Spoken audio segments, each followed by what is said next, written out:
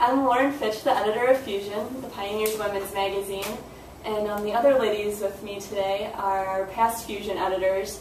We have Candy Allan, who started with the magazine. She's now our circulation manager. And we have Lindsey Wahowiak from Washington, D.C., who is a health journalist for the American Diabetes Association.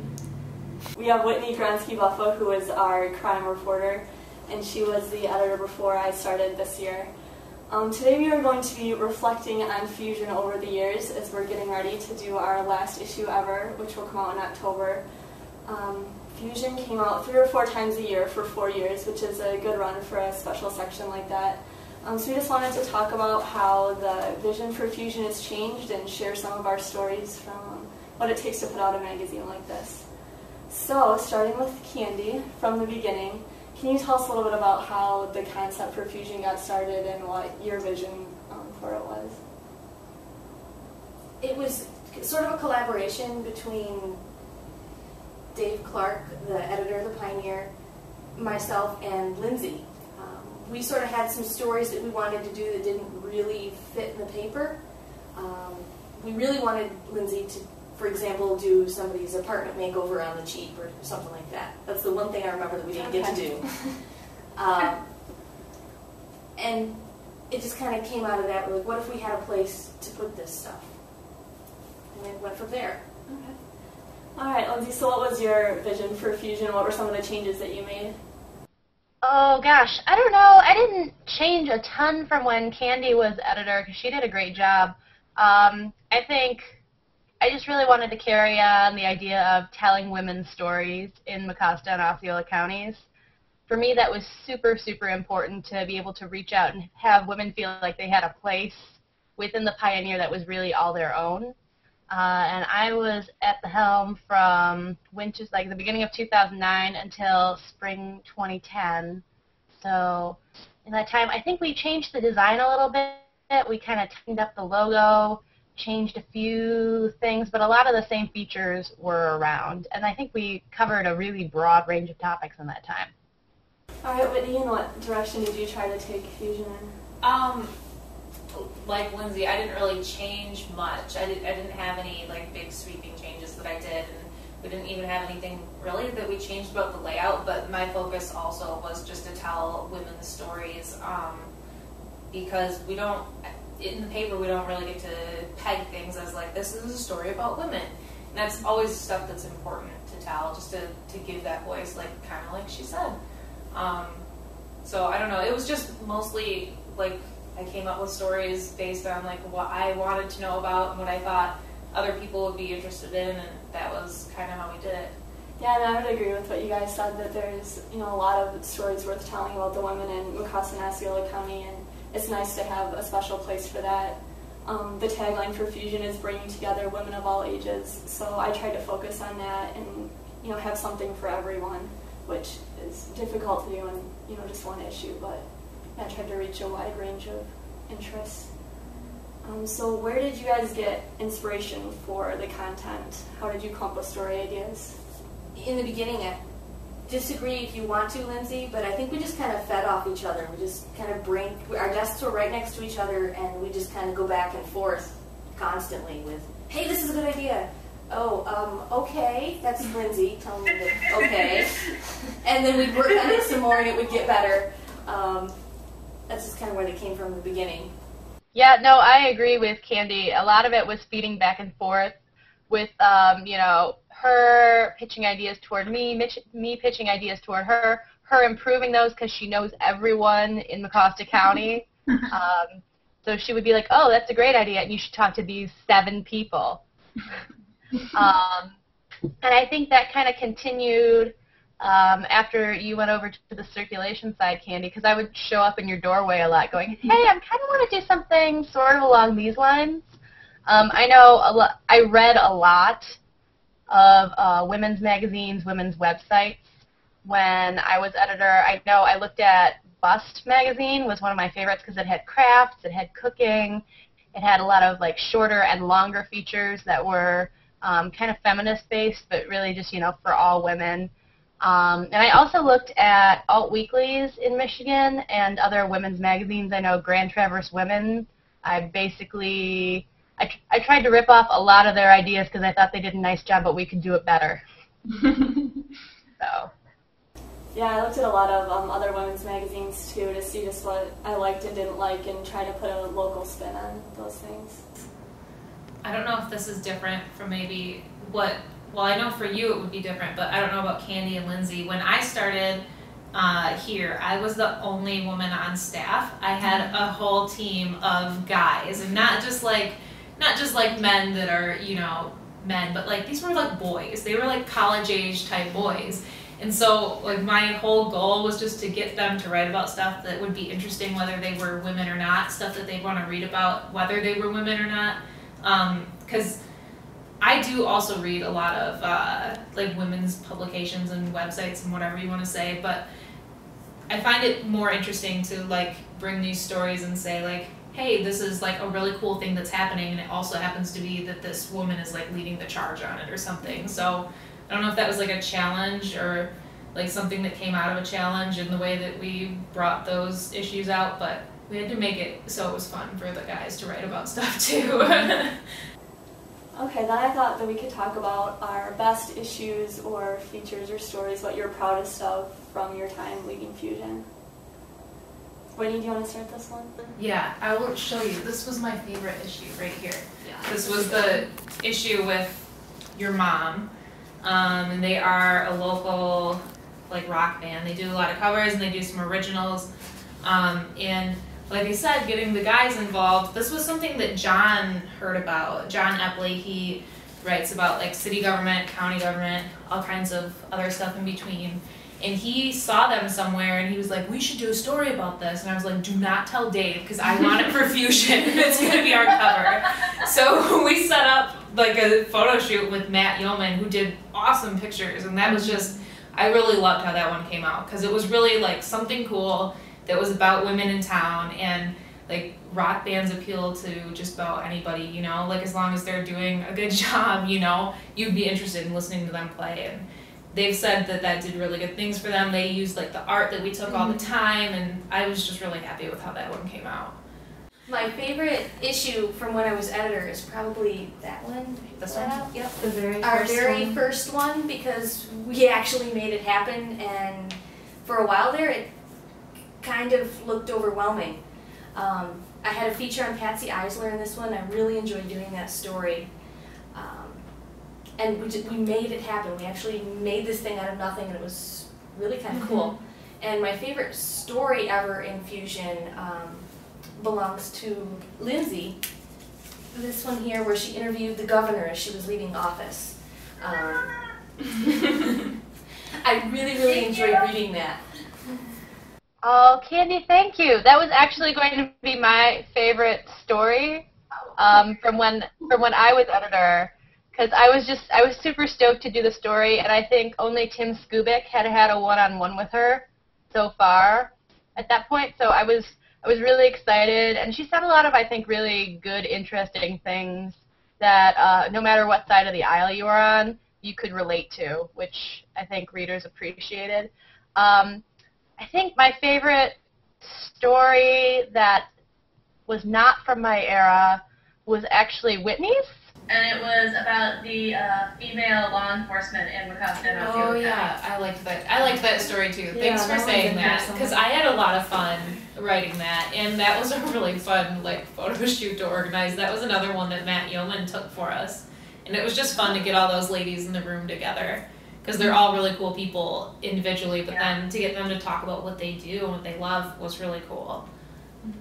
Well, I would say my favorite issue of the ones that I've been editor for, I've only done 2. I would say the first one, just because it was the first one, and it was just cool to see it come together. And I liked that cover story too about the military wives and girlfriends. That was just something that I hadn't really thought about too much before, just what it's like for them. And so it was really interesting to hear their stories. I liked that story too. That was really good. What is the hardest and most rewarding part of being Fusion editor? Do you want to start, Lindsey?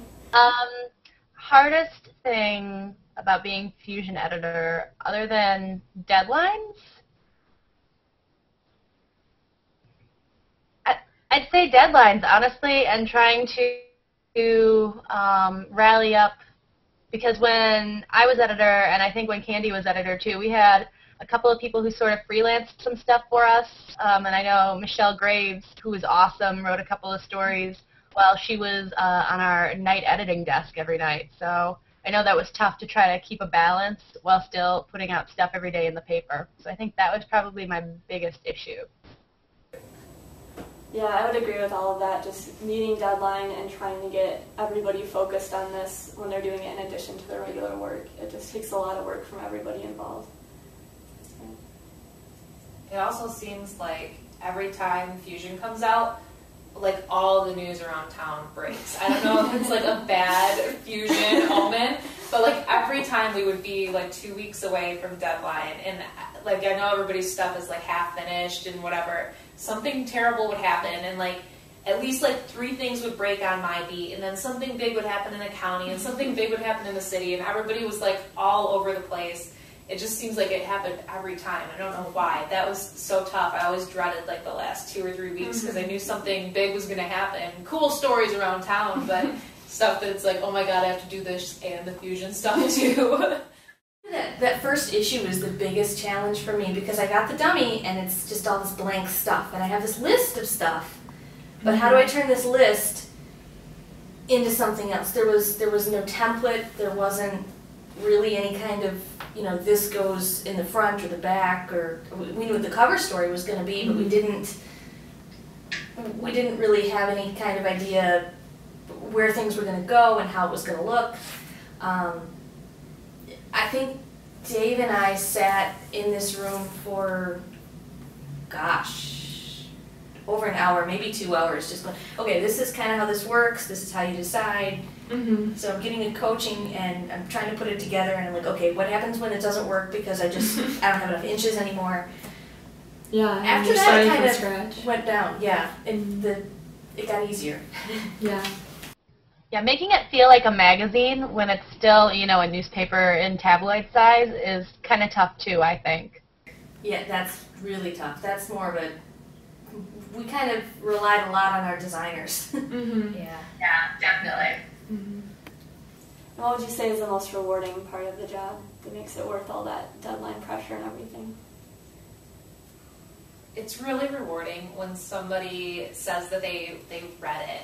You know, like somebody mentions a story, like, oh, I saw this story. Sometimes they don't even recognize that it was in Fusion, but they might say, oh, I saw a story in the paper about whatever, women in law enforcement, and that was really cool to hear what Judge Grant said. And it's just neat to hear people talk to you about that, you know, because it means that you had some kind of impact and you put together something that someone liked, you know. That's worth it. If people, you know, ever even mention it to me, you know, you just hope that somebody doesn't throw it away with the insert ads.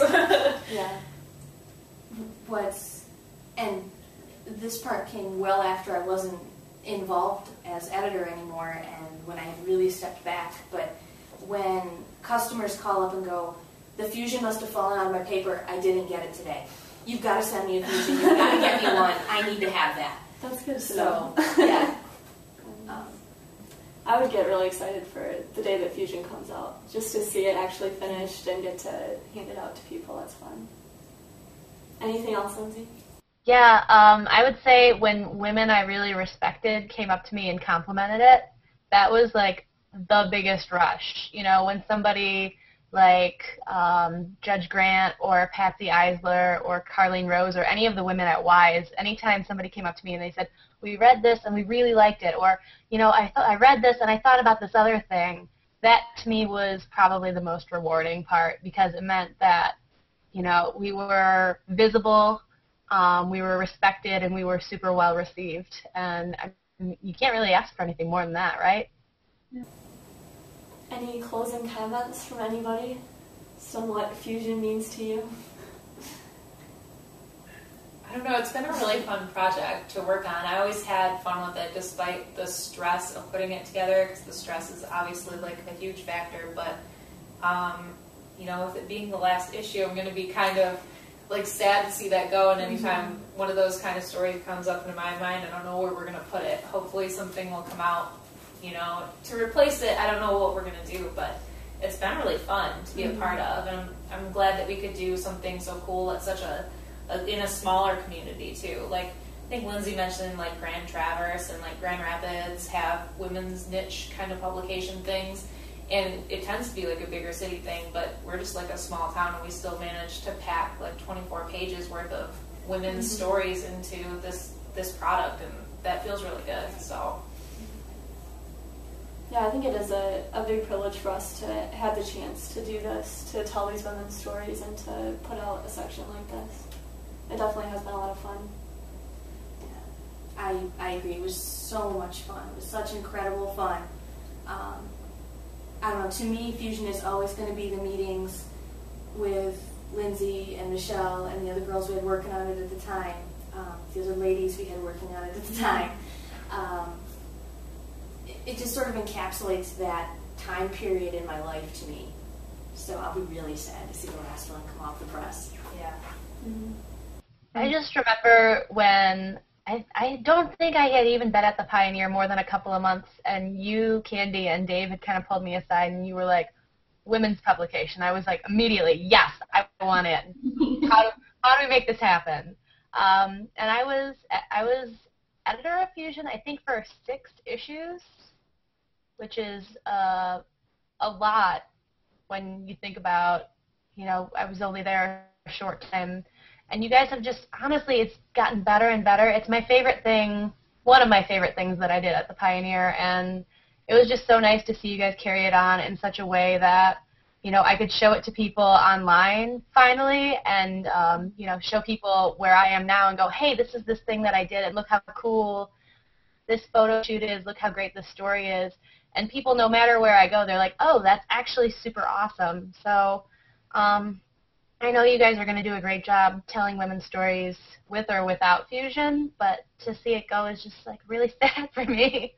I don't know. I'm sorry. I'm laughing because I don't want to cry too much.